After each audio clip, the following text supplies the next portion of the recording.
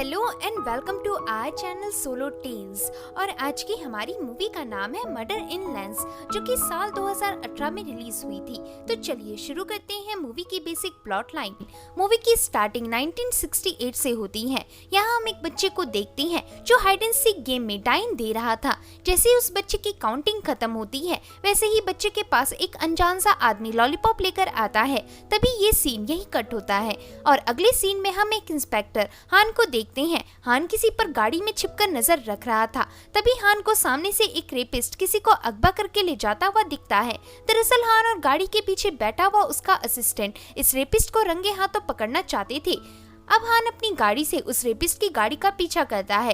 रास्ते में हान अपने असिस्टेंट से कहता है, तुम्हें इस रेपिस्ट के चेहरे से क्या पता चला? असिस्टेंट कहता है, इसका चेहरा सख्त और बॉडी काफी बड़ी है। हान कहता है, नहीं, ये आदमी अभी 27 साल का है और इसी ने पहले के 5 रेप किए हैं। साथ ही ये अपने विक्टिम का किसी खंडर से बिल्डिंग में रेप करता है और इस एरिया में ऐसी खंडर बिल्डिंग सिर्फ एक ही है। ऐसा बोलकर हान अपनी गाड़ी को लेफ्ट मोड़ लेता है। असिस्टेंट इसे देख परेशान हो जाता है क्योंकि किलर राइट साइड गया था। तब हान कहता है, मुझे पता है वो कहाँ जा रहा है। अगले सीन में हान और असिस्टेंट एक बिल्डिंग के अंदर थे।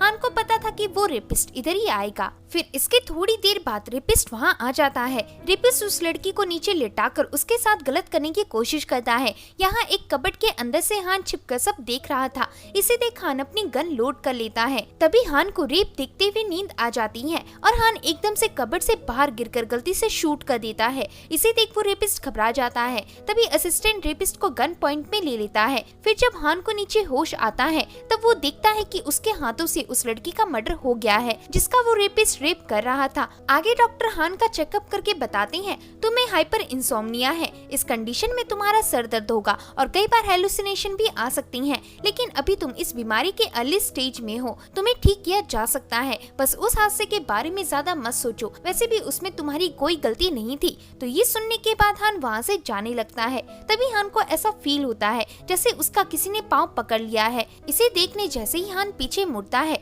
वैसे ही उसे उस विक्टिम की आत्मा दिखाई देती है जिसे उसने मार डाला था। इसे देख हान घबरा जाता है, लेकिन असल में ये एक छोटी बच्ची थी जो हान के साथ खेल रही थी। इसका मतलब ये सब हान का हेलुसिनेशन था।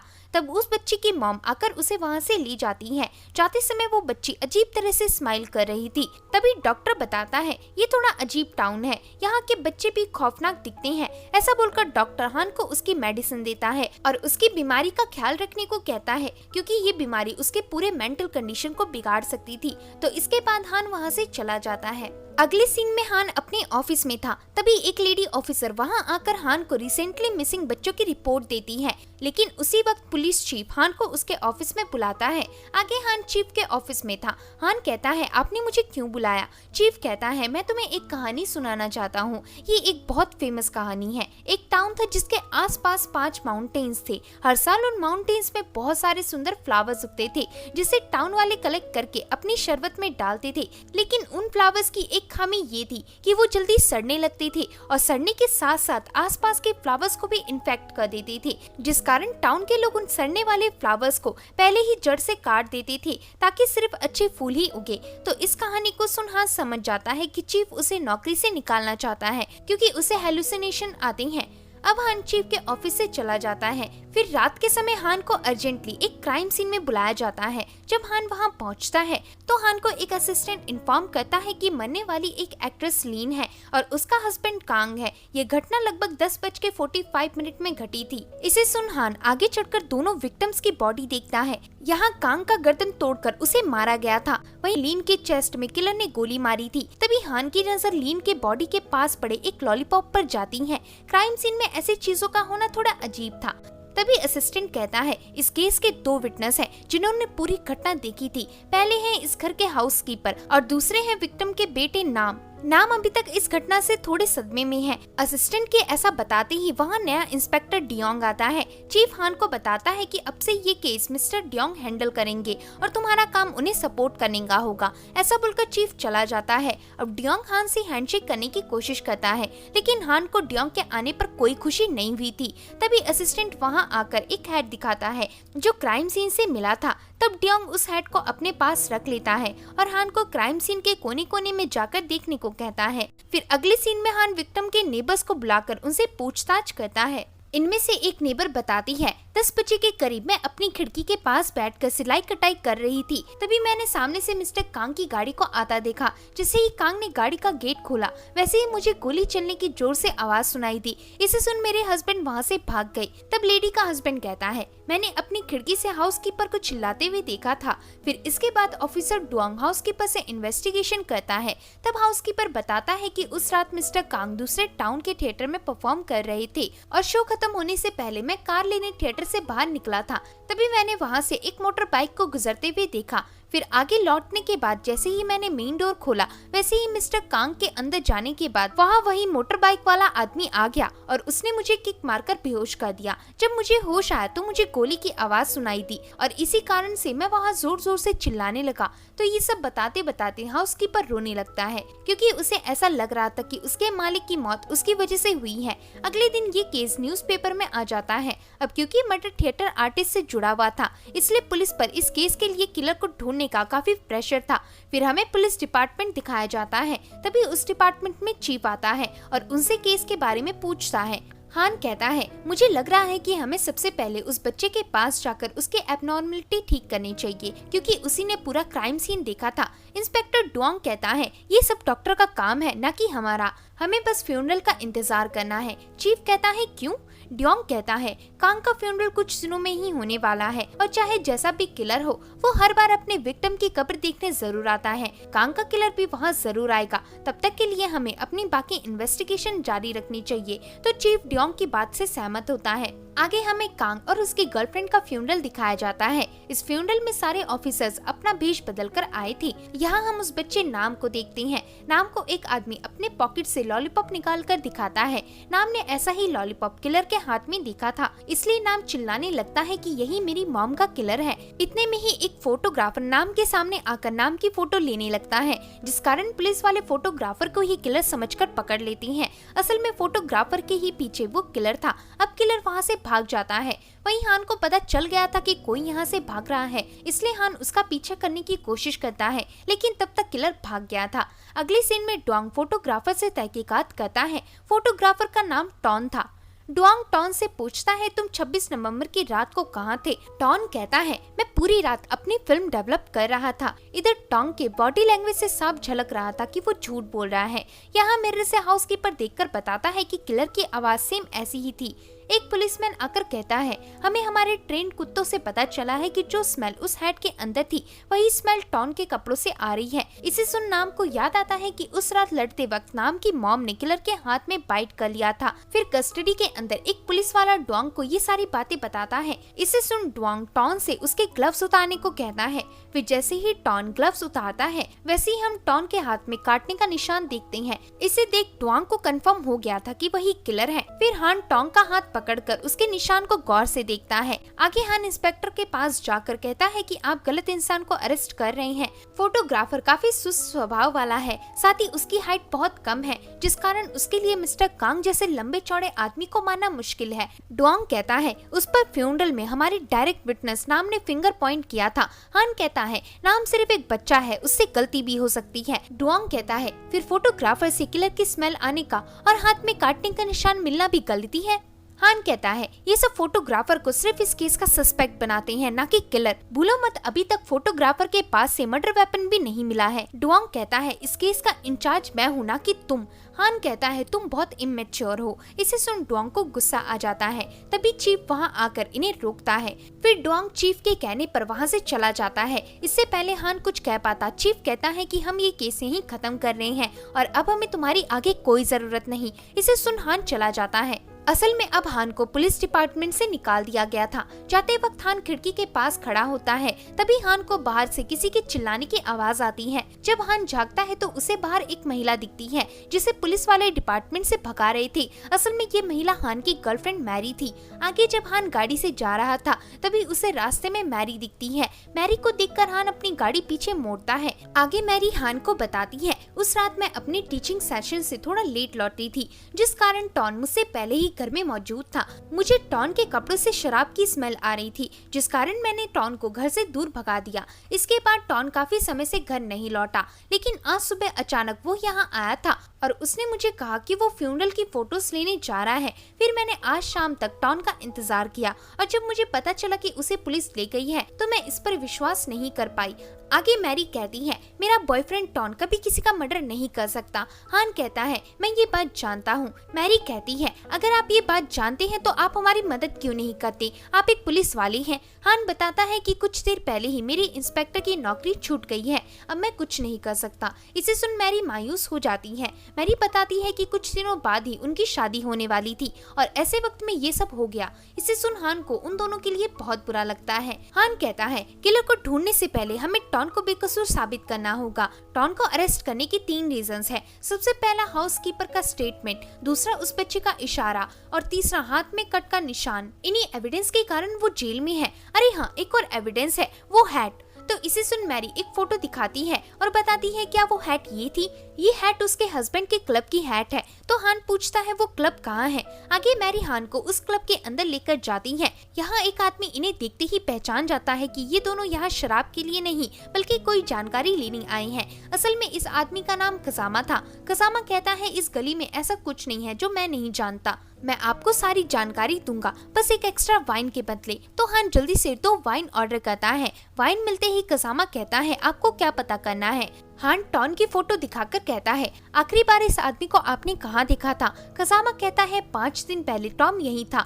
हमेशा की तरह महीने के तीसरे संडे में सारे फोटोग्राफर्स की यही मीटिंग होती है। उसी दिन टॉन ने एक महिला को अपनी फोटो बेची थी जिस कारण टॉन बहुत खुश था। तो इससे हान समझ जाता है कि क्लब से निकलते वक्त किलर टॉन की हैट लेकर चला गया होगा। और क्योंकि टॉन उस दिन काफी खुश था, साथ ही सारे हैट एक जैसे थे, इसलिए टॉन ने दूसरी हैट पहन ली। ये सब बताने के बाद कसामा फोटो से देखकर उन लोगों का भी नाम बताता है जो उस रात क्लब में आए थे। आगे हान क्लब के बाहर था। हान कहता है, किसी मकसद से किलर तुम्हारे हस्बैंड की हैट ले गया, लेकिन अब मैं पुलिस भी नहीं हूँ जो कि हर घर जाके छानबीन कर सकूं। तो इसे सुन मैरी को एक काफी अच्छा आइडिया आता है। अगले सीन में दिखाती हैं कि ये दोनों एक कपल बनकर उन सभी फोटोग्राफर्स से फोटो खिंचवाते हैं जो उस रात क्लब में मौजूद थे। इन दोनों को पता था कि किलर के घर में उसकी हैट नहीं होगी। जाते समय हान गाड़ी खराब होने का बहाना करता है और मैरी ऐसा नाटक करती है कि उसे अर्जेंट वॉशरूम लगी है। फिर वॉशरूम जाते समय मैरी हर फोटोग्राफर के घर उसकी हैट चेक करती है। जिसके घर में हैट थी वो किलर नहीं हो सकता।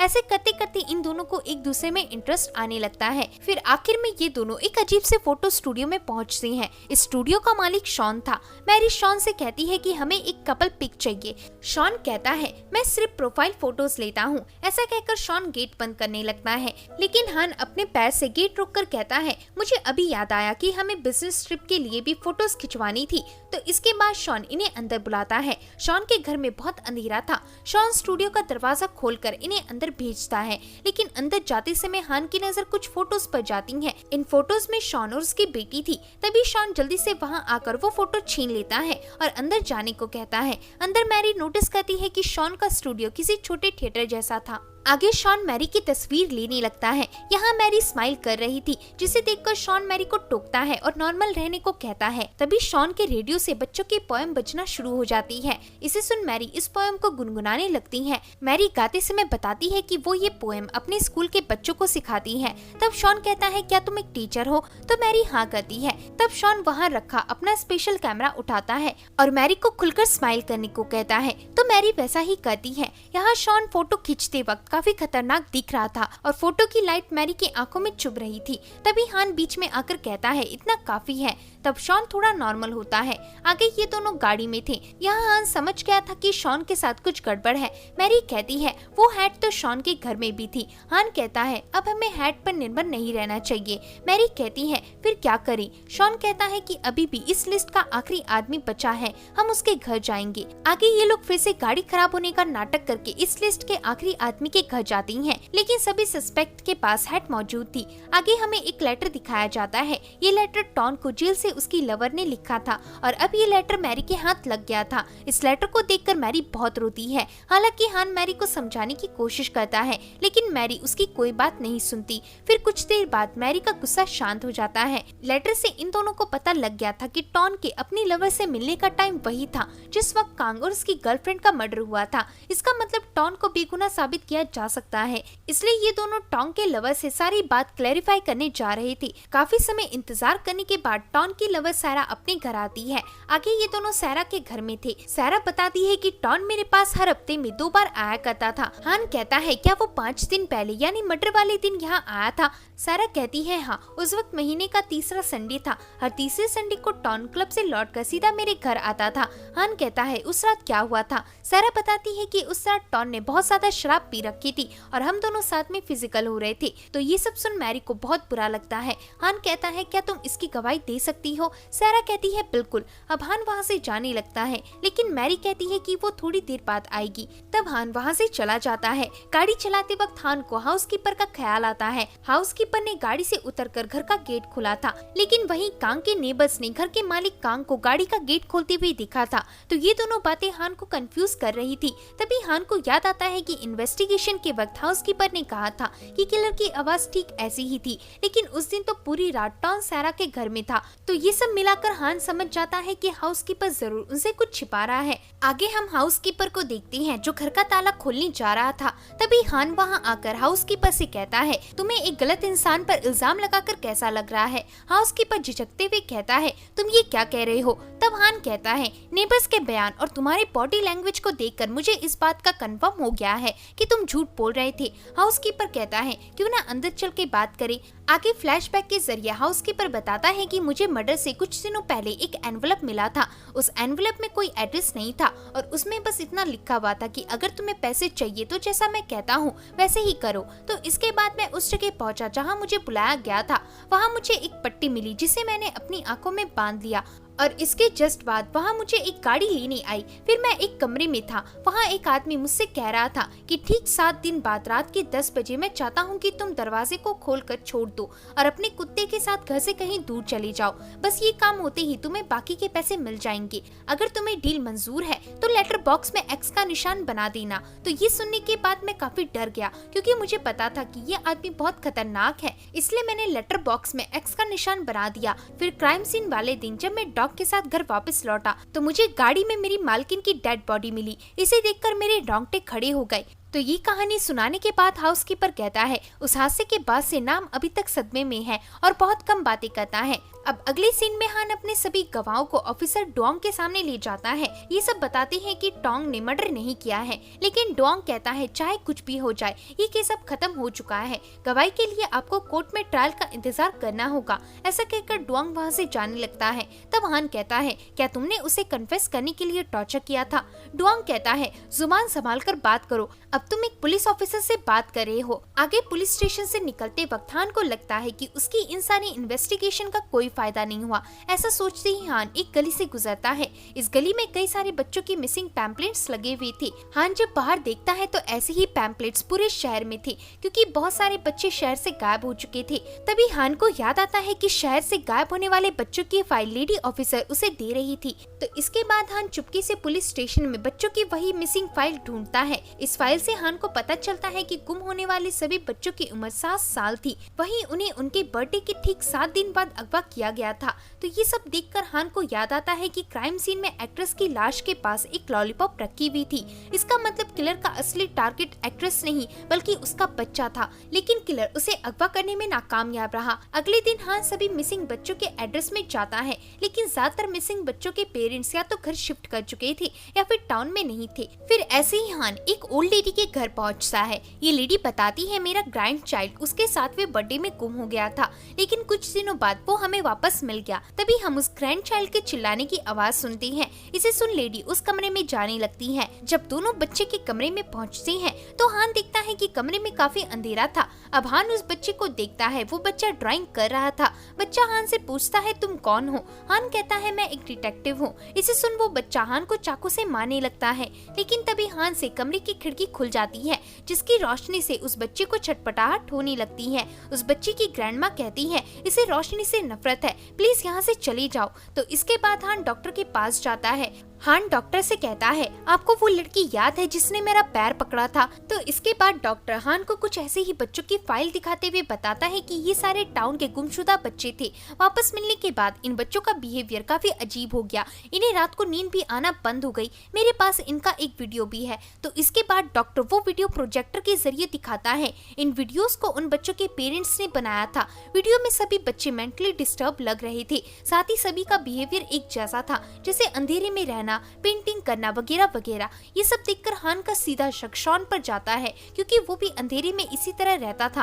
अगले सीन में हान कसामा को वाइन की बोतल देता है। दरअसल हान को इस बार कसामा से एक बड़ी जानकारी लेनी थी। आगे कसामा बताता है कि शॉन मिलिट्री में डॉक्टर था। जब भी किसी को चोट लगती थी या फिर कुछ अनहोनी घटती थी तो शॉन को बहुत मजा आता था। शॉन को जिंदगी में सिर्फ अपनी 7 साल की बेटी से बहुत प्यार था, लेकिन उसकी बेटी एक एक्सीडेंट में घायल हो गई, जिसका शॉन को बहुत बड़ा सदमा लगा। आगे हान शॉन के टीचर से जाकर मिलता है। टीचर हान को शॉन के बचपन की तस्वीर दिखाता है। इन तस्वीरों में शॉन ज्यादातर अकेला रहता था। टीचर कहता है, शॉन ने बचपन में एक प्ले में पार्टिसिपेट किया था। असल में इस प्ले की कहानी उन बच्चों ने ही लिखी थी। हान पूछता है ये प्ले किस बारे में था।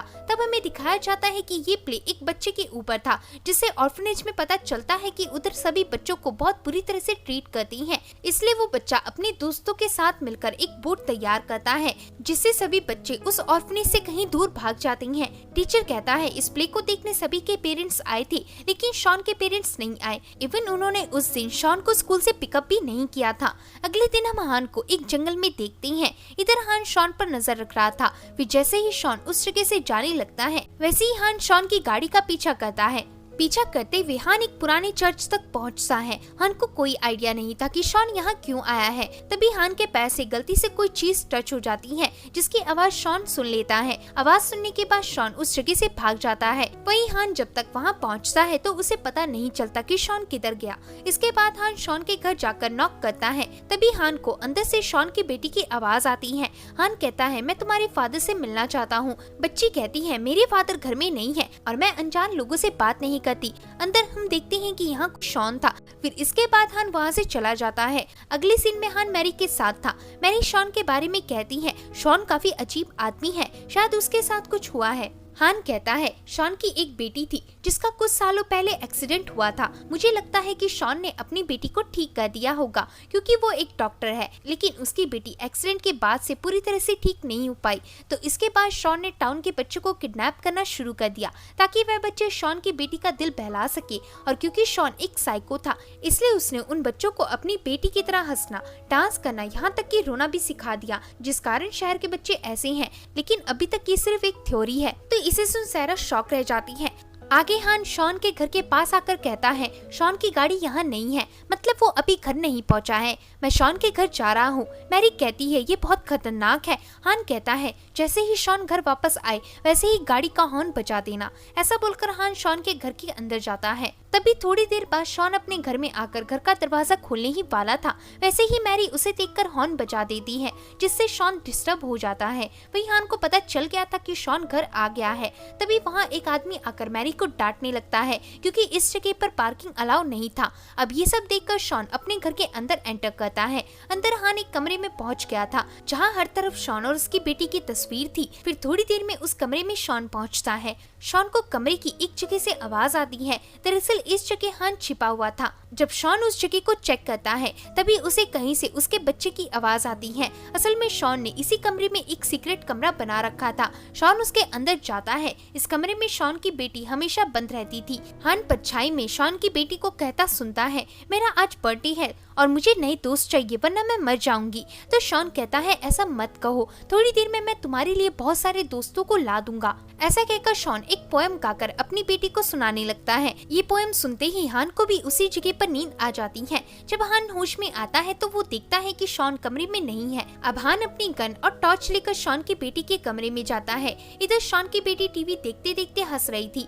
इसे देख शॉन जैसे ही चेयर अपनी तरफ मोड़ता है तो उसे चेयर में एक पुतला दिखता है, जिसे देख हान घबरा जाता है। हान को आसपास देखने पर शॉन की बेटी के कपड़े दिखते हैं। वहीं दीवार पर कुछ फोटोज टंगी होती हैं। इससे पता चलता है कि शॉन उस पुतले को ही अपनी बेटी मानता था, क्योंकि उसकी असली बेटी हादसे में गुजर गई थी। अब हान अपनी गाड़ी में वापस आकर पुलिस के पास जाने लगता है। तभी बीच रास्ते में उन्हें हाउसकीपर दिखता है। हाउसकीपर बताता है कि नाम को किसी ने अगवा कर लिया है, तो हान हाउसकीपर की गाड़ी में बैठता है। हाउसकीपर बताता है कि वो किडनैपर ये लेटर छोड़ गया था। मैरी पढ़ती है तो इस लेटर में मॉकिंग बर्ड की एक पोएम लिखी हुई थी। इसमें लिखा था, सारे पक्षी जागने के बाद सीधा घोंसले की तरफ जाती हैं। तो इसे सुन हान समझ जाता है कि घोंसले का मतलब वही चर्च है जहाँ शॉन गया था। हान जल्दी से गाड़ी रोककर उन दोनों को पुलिस ऑफिसर के साथ चर्च में पहुँचने कहता है। तो इसके बाद वह दोनों गाड़ी से उतर जाते हैं। वहीं हान अकेले चर्च की तरफ जाने लगता है। फिर चर्च में हम शॉन को देखते हैं। शॉन नाम को लिपस्टिक लगा रहा था ताकि वो प्ले में काम करने वाले बच्चों जैसा दिख सके। ये प्ले शॉन के लिए उसकी जिंदगी थी जिसके लिए वो बिल्कुल पागल था।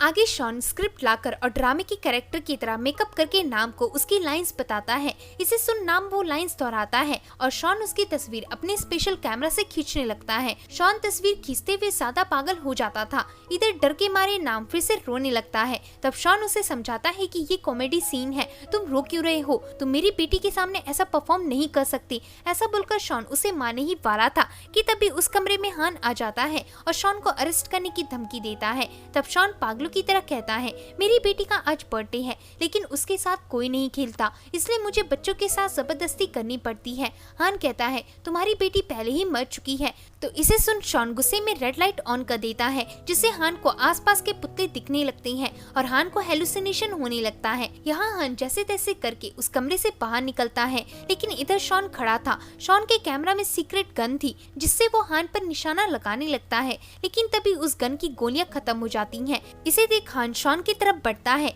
लेकिन शॉन के हाथ में नाम था। शॉन हान से कहता है, मुझे और मेरी बेटी को अकेला छोड़ दो। ऐसा कहकर शॉन नाम को सुलाने लगता है ताकि वो उसकी बेटी के सामने परफॉर्म कर सके। यहाँ हान बार बार कह रहा था कि तुम्हारी बेटी मर चुकी है, उसे जाने दो। तो इसे सुन शॉन का दिमाग घूम जाता है और वो हान की तरफ तेजी से बढ़ने लगता है। तभी हान शॉन पर 3 गोलियां दागकर उसे मार डालता है। मारते समय शॉन काफी क्रीपी सी स्माइल कर रहा था। फिर हमें अगले दिन का सीन दिखाया जाता है। यहाँ हान से मिलने चीफ आया था। चीफ कहता है, तुमने इस बार कानून अपने हाथ में ले लिया है, लेकिन फिर भी तुमसे लोग बहुत खुश हैं, इसलिए मैं तुम्हें पुलिस स्टेशन ज्वाइन करने का दूसरा मौका देना चाहता हूँ। लेकिन हान इस मौके को ठुकरा देता है और अपनी सजा काटने जेल चला जाता है और इसी तरह से ये मूवी एंड हो जाती है।